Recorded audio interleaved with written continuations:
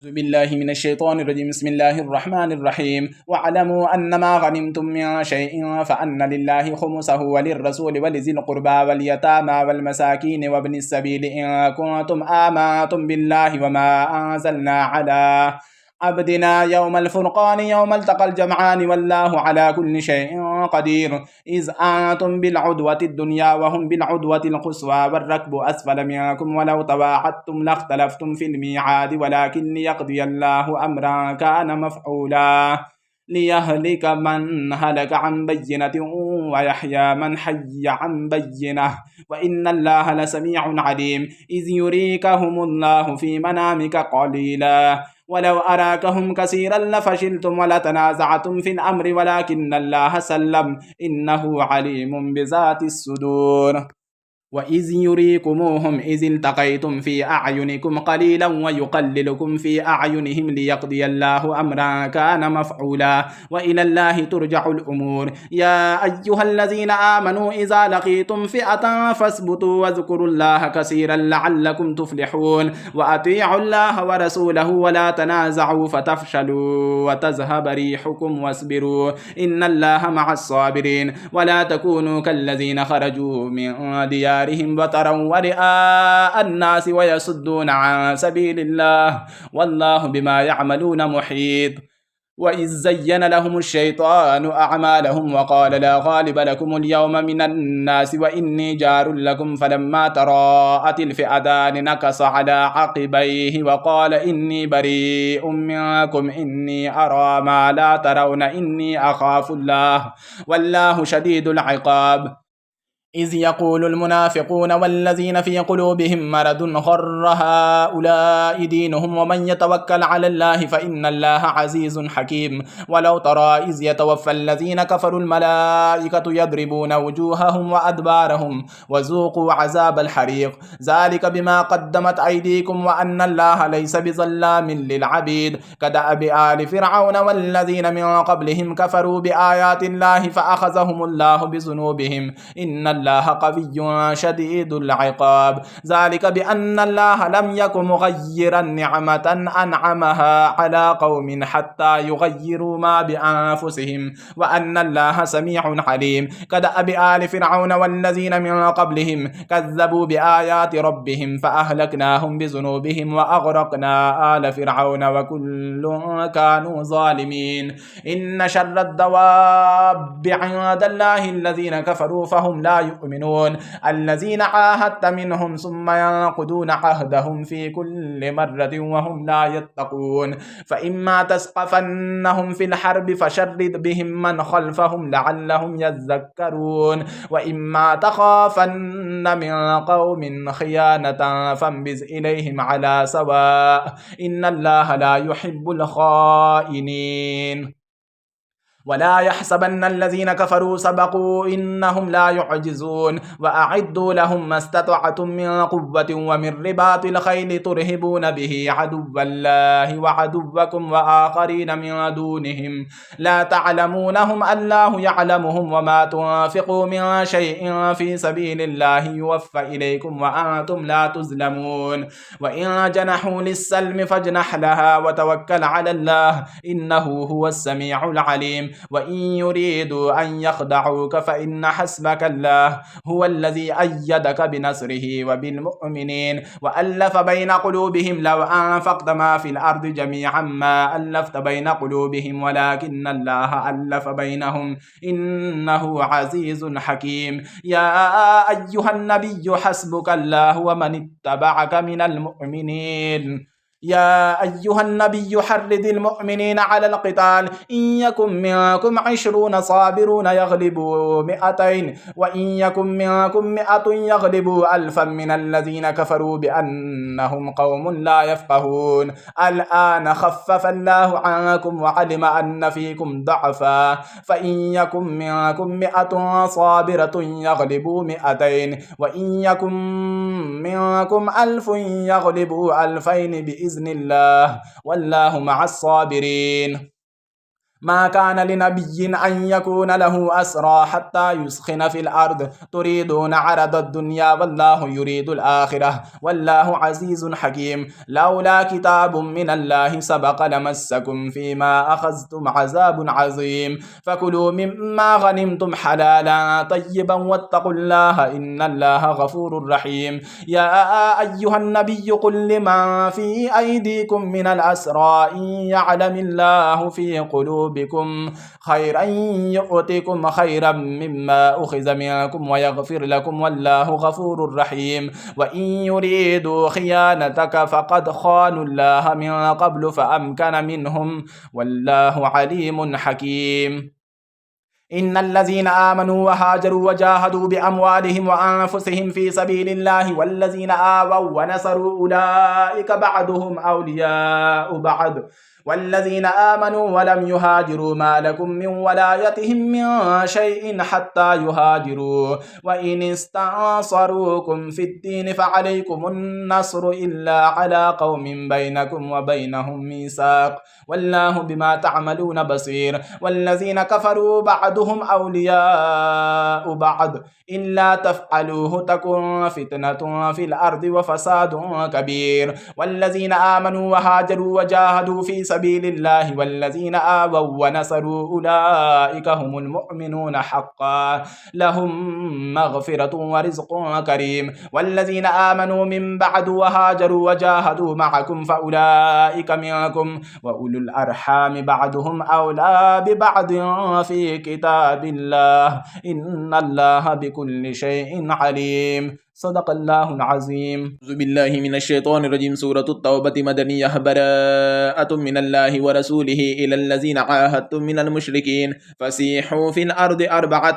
أشهر واعلموا أنكم غير معجز الله وأن الله مخزي الكافرين وأذان من الله ورسوله إلى الناس يوم الحج الأكبر أن الله بريء من المشركين ورسوله فإن تبتم فهو خير لكم وإن توليتم فاعلموا أنكم غير معجز الله وبشر الذين كفروا بعذاب أليم إلا الذين عاهدتم من المشركين ثم لم ينقصوكم شيئا ولم يظاهروا عليكم أحدا فأتموا إليهم عهدهم إلى مدتهم إن الله يحب المتقين فإذا سلخ الأشهر الحرم فاقتلوا المشركين حيث وجدتموهم وخذوهم واحصروهم واقعدوا لهم كل مرصد فإن تابوا وأقاموا الصلاة وآتوا الزكاة فخلوا سبيلهم إن الله غفور رحيم وإن أحد من المشركين استجارك فأجره حتى يسمع كلام الله ثم أبلغه مأمنه ذلك بأنهم قوم لا يعلمون كيف يكون للمشركين عهد عند الله وعند رسوله إلا الذين عاهدتم عند المسجد الحرام فما استقاموا لكم فاستقيموا لهم إن الله يحب المتقين كيف وإن يظهروا عليكم لا يرقبوا فيكم إلا ولا ذمة يرضونكم بأفواههم وتأبى قلوبهم وأكثرهم فاسقون اشتروا بآيات الله ثمنا قليلا فصدوا عن سبيله إنهم ساء ما كانوا يعملون لا يرقبون في مؤمن إلا ولا ذمة وأولئك هم المعتدون فإن تابوا وأقاموا الصلاة وآتوا الزكاة فإخوانكم في الدين ونفصل الآيات لقوم يعلمون وإن نكثوا أيمانهم من بعد عهدهم وطعنوا في دينكم فقاتلوا أئمة الكفر إنهم لا أيمان لهم لعلهم ينتهون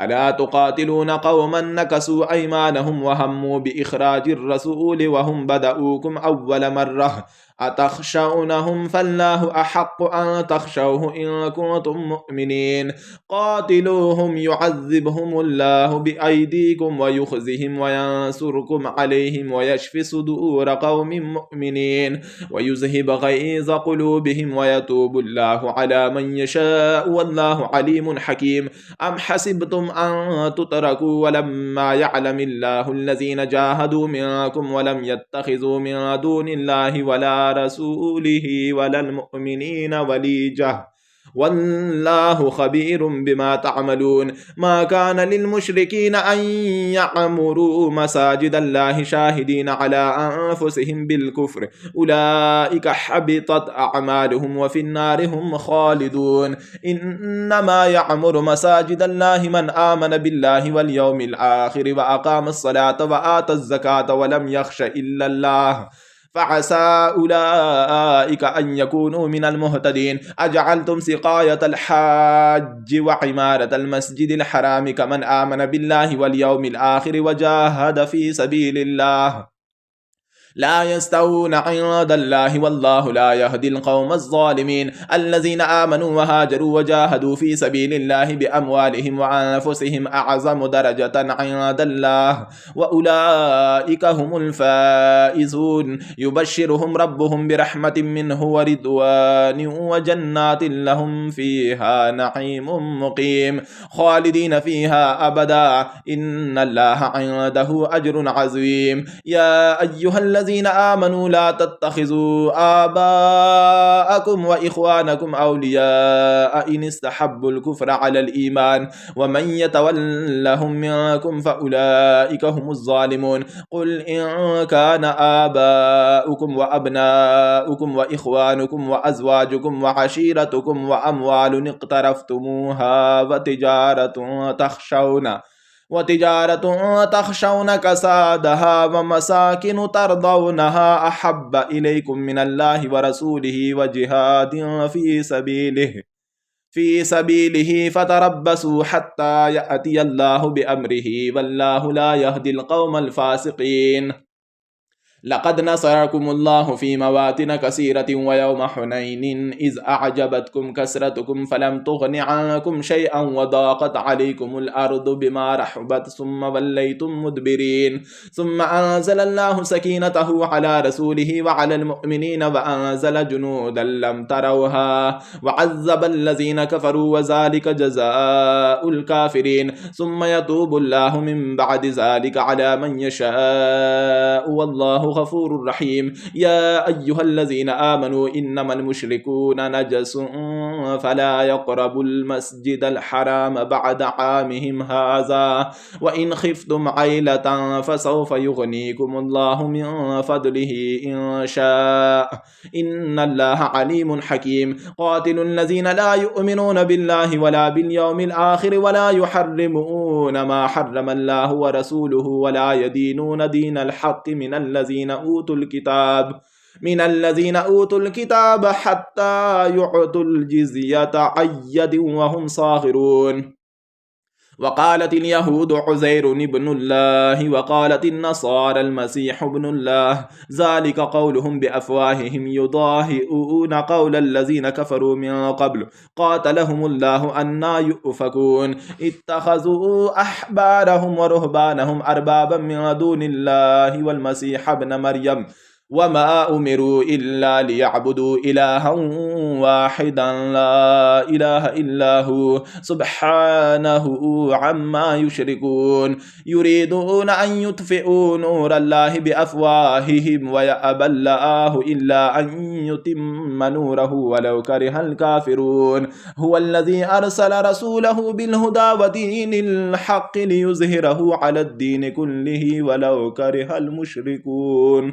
يا أيها الذين آمنوا إن كثيرا من الأحبار والرهبان ليأكلون أموال الناس بالباطل ويصدون عن سبيل الله والذين يكنزون الذهب والفضة ولا ينفقونها في سبيل الله فبشرهم بعذاب أليم يوم يحمى عليها في نار جهنم فتكوى بها جباههم وجنوبهم وزهورهم هذا ما كنزتم لأنفسكم فذوقوا ما كنتم تكنزون. إن عدة الشهور عند الله 12 شهرا في كتاب الله يوم خلق السماوات والأرض منها 4 حرم ذلك الدين القيم فلا تظلموا فيهن أنفسكم وقاتلوا المشركين كافة كما يقاتلونكم كافة واعلموا أن الله مع المتقين. إنما النسيء زيادة في الكفر يضل به الذين كفروا يحلونه عاما ويحرمونه عاما ليواتئوا عدة ما حرم الله فيحلوا ما حرم الله زين لهم سوء أعمالهم والله لا يهدي القوم الكافرين. يا أيها الذين آمنوا ما لكم إذا قيل لكم انفروا في سبيل الله اثاقلتم إلى الأرض أرضيتم بالحياة الدنيا من الآخرة فما متاع الحياة الدنيا وفي الآخرة إلا قليل إلا تنفروا يعذبكم عذابا أليما ويستبدل قوما غيركم ولا تضروه شيئا والله على كل شيء قدير. إلا تنصروه فقد نصره الله إذ أخرجه الذين كفروا ثاني اثنين إذ هما في الغار إذ يقول لصاحبه لا تحزن إن الله معنا فأنزل الله سكينته عليه وأيده بجنود لم تروها وجعل كلمة الذين كفروا السفلى وكلمة الله هي العليا والله عزيز حكيم.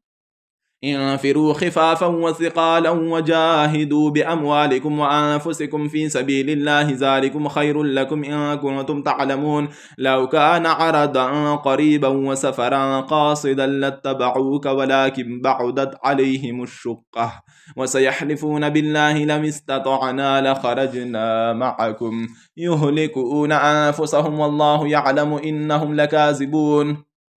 فالله عنك لما أذنت لهم حتى يتبين لك الذين صدقوا وتعلم الكاذبين. لا يستأذنك الذين يؤمنون بالله واليوم الآخر أن يجاهدوا بأموالهم وأنفسهم والله عليم بالمتقين. إنما يستأذنك الذين لا يؤمنون بالله واليوم الآخر وارتابت قلوبهم فهم في ريبهم يترددون. ولو أرادوا الخروج لأعدوا له عدة ولكن كره الله بعاثهم فثبتهم وقيل اقعدوا مع القاعدين. لو خرجوا فيكم ما زادوكم إلا خبالا ولأوضعوا خلالكم يبغونكم الفتنة وفيكم سماعون لهم والله عليم بالظالمين. لقد ابتغوا الفتنة من قبل وقلبوا لك الأمور حتى جاء الحق وظهر أمر الله وهم كارهون. ومنهم من يقول أذن لي ولا تفتني ألا في الفتنة سقطوا وإن جهنم لمحيطة بالكافرين. إن تصبك حسنة تسؤهم وإن تصبك مصيبة يقولوا قد أخذنا أمرنا من قبل ويتولوا وهم فرحون. قل لن يصيبنا إلا ما كتب الله لنا هو مولانا وعلى الله فليتوكل المؤمنون. قل هل تربصون بنا إلا إحدى الحسنيين ونحن نتربص بكم أن يصيبكم الله بعذاب من عنده أو بأيدينا فتربصوا إنا معكم متربصون. قل أنفقوا طوعا أو كرها لن يتقبل منكم إنكم كنتم قوما فاسقين. وما منعهم أن تقبل منهم نفقاتهم إلا أنهم كفروا بالله وبرسوله ولا يأتون الصلاة إلا وهم كسالى ولا ينفقون إلا وهم كارهون. فلا تعجبك أموالهم ولا أولادهم إنما يريد الله ليعذبهم بها في الحياة الدنيا وتزهق أنفسهم وهم كافرون. ويحلفون بالله إنهم لمنكم وما هم منكم ولكنهم قوم يفرقون. لو يجدون ملجأ أو مغارات أو مدخلا لولوا إليه وهم يجمعون. ومنهم من يلمزك في الصدقات فإن أعطوا منها ردوا وإن لم يعطوا منها إذا هم يسخطون. ولو أنهم رضوا ما آتاهم الله ورسوله وقالوا حسبنا الله سيؤتينا الله من فضله ورسوله إنا إلى الله راغبون. إنما الصدقات للفقراء والمساكين والعاملين عليها والمؤلفة قلوبهم وفي الرقاب والغارمين وفي سبيل الله وابن السبيل فريضة من الله والله عليم حكيم. ومنهم الذين يؤذون النبي ويقولون هو أذن قل أذن خير لكم يؤمن بالله ويؤمن للمؤمنين ورحمة للذين آمنوا منكم والذين يؤذون رسول الله لهم عذاب أليم. يحلفون بالله لكم ليرضوكم والله ورسوله أحق أن يرضوه إن كانوا مؤمنين. ألم يعلموا أنه من يحادد الله ورسوله فأن له نار جهنم خالدا فيها ذلك الخزي العظيم. يحذر المنافقون أن تنزل عليهم سورة تنبئهم بما في قلوبهم قل استهزئوا إن الله مخرج ما تحذرون ولئن سألتهم ليقولن إنما كنا نخوض ونلعب قل أبالله وآياته ورسوله كنتم تستهزئون لا تعتذروا قد كفرتم بعد إيمانكم إن نعفو عن طائفة منكم نعذب طائفة بأنهم كانوا مجرمين. المنافقون والمنافقات بعضهم من بعض يأمرون بالمنكر وينهون عن المعروف ويقبضون أيديهم نسوا الله فنسيهم إن المنافقين هم الفاسقون. وعد الله المنافقين والمنافقات والكفار نار جهنم خالدين فيها هي حسبهم ولعنهم الله ولهم عذاب مقيم. كالذين من قبلكم كانوا أشد منكم قوة وأكثر أموالا وأولادا فاستمتعوا بخلاقهم فاستمتعتم بخلاقكم كما استمتع الذين من قبلكم بخلاقهم وخضتم كالذي خاضوا أولئك حبطت أعمالهم في الدنيا والآخرة وأولئك هم الخاسرون. ألم يأتهم نبأ الذين من قبلهم قوم نوح وعاد وثمود وقوم إبراهيم وأصحاب مدين والمؤتفكات أتتهم رسلهم بالبينات فما كان الله ليظلمهم ولكن كانوا أنفسهم يظلمون. والمؤمنون والمؤمنات بعضهم أولياء بعض يأمرون بالمعروف وينهون عن المنكر ويقيمون الصلاة ويؤتون الزكاة ويطيعون الله ورسوله أولئك سيرحمهم الله إن الله عزيز حكيم. وعد الله المؤمنين والمؤمنات جنات تجري من تحتها الأنهار خالدين فيها ومساكن طيبة في جنات عدن ورضوان من الله أكبر ذلك هو الفوز العظيم. يا أيها النبي جاهد الكفار والمنافقين واغلظ عليهم ومأواهم جهنم وبئس المصير. يحلفون بالله ما قالوا ولقد قالوا كلمة الكفر وكفروا بعد إسلامهم وهموا بما لم ينالوا وما نقموا إلا أن أغناهم الله ورسوله من فضله فإن يتوبوا يك خيرا لهم وإن يتولوا يعذبهم الله عذابا أليما في الدنيا والآخرة وما لهم في الأرض من ولي ولا نصير. ومنهم من عاهد الله لئن آتانا من فضله لنصدقن ولنكونن من الصالحين فلما آتاهم من فضله بخلوا به وتولوا وهم معرضون فأعقبهم نفاقا في قلوبهم إلى يوم يلقونه بما أخلفوا الله ما وعدوه وبما كانوا يكذبون. ألم يعلموا أن الله يعلم سرهم ونجواهم وأن الله علام الغيوب. الذين يلمزون المتطوعين من المؤمنين في الصدقات والذين لا يجدون إلا جهدهم فيسخرون منهم سخر الله منهم ولهم عذاب أليم. استغفر لهم أو لا تستغفر لهم إن تستغفر لهم 70 مرة فلن يغفر الله لهم ذلك بأنهم كفروا بالله ورسوله والله لا يهدي القوم الفاسقين. فرح المخلفون بمقعدهم خلاف رسول الله وكرهوا أن يجاهدوا بأموالهم وأنفسهم في سبيل الله وقالوا لا تنفروا في الحر قل نار جهنم أشد حرا لو كانوا يفقهون فليضحكوا قليلا وليبكوا كثيرا جزاء بما كانوا يكسبون. فإن رجعك الله إلى طائفة منهم فاستأذنوك للخروج فقل لن تخرجوا معي معي أبدا ولن تقاتلوا معي عدوا إنكم رضيتم بالقعود أول مرة فاقعدوا مع الخالفين ولا تصل على أحد منهم مات أبدا ولا تقم على قبره إنهم كفروا بالله ورسوله وماتوا وهم فاسقون ولا تعجبك أموالهم وأولادهم إنما يريد الله أن يعذبهم بها في الدنيا وتزهق أنفسهم وهم كافرون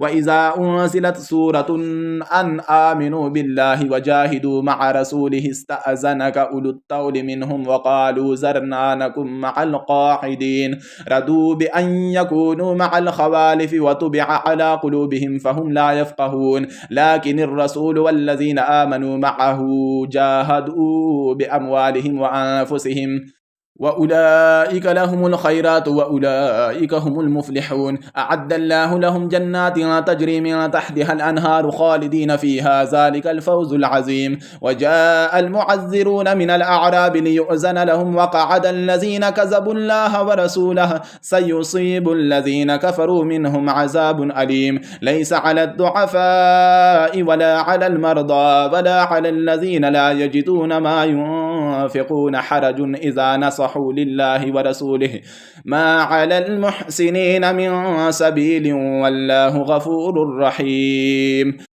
ولا على الذين إذا ما أتوك لتحملهم قلت لا أجد ما أحملكم عليه تولوا وأعينهم تفيض من الدمع حزنا ألا يجدوا ما ينفقون إنما السبيل على الذين يستأذنونك وهم أغنياء رضوا بأن يكونوا مع الخوالف وطبع الله على قلوبهم فهم لا يعلمون صدق الله العظيم.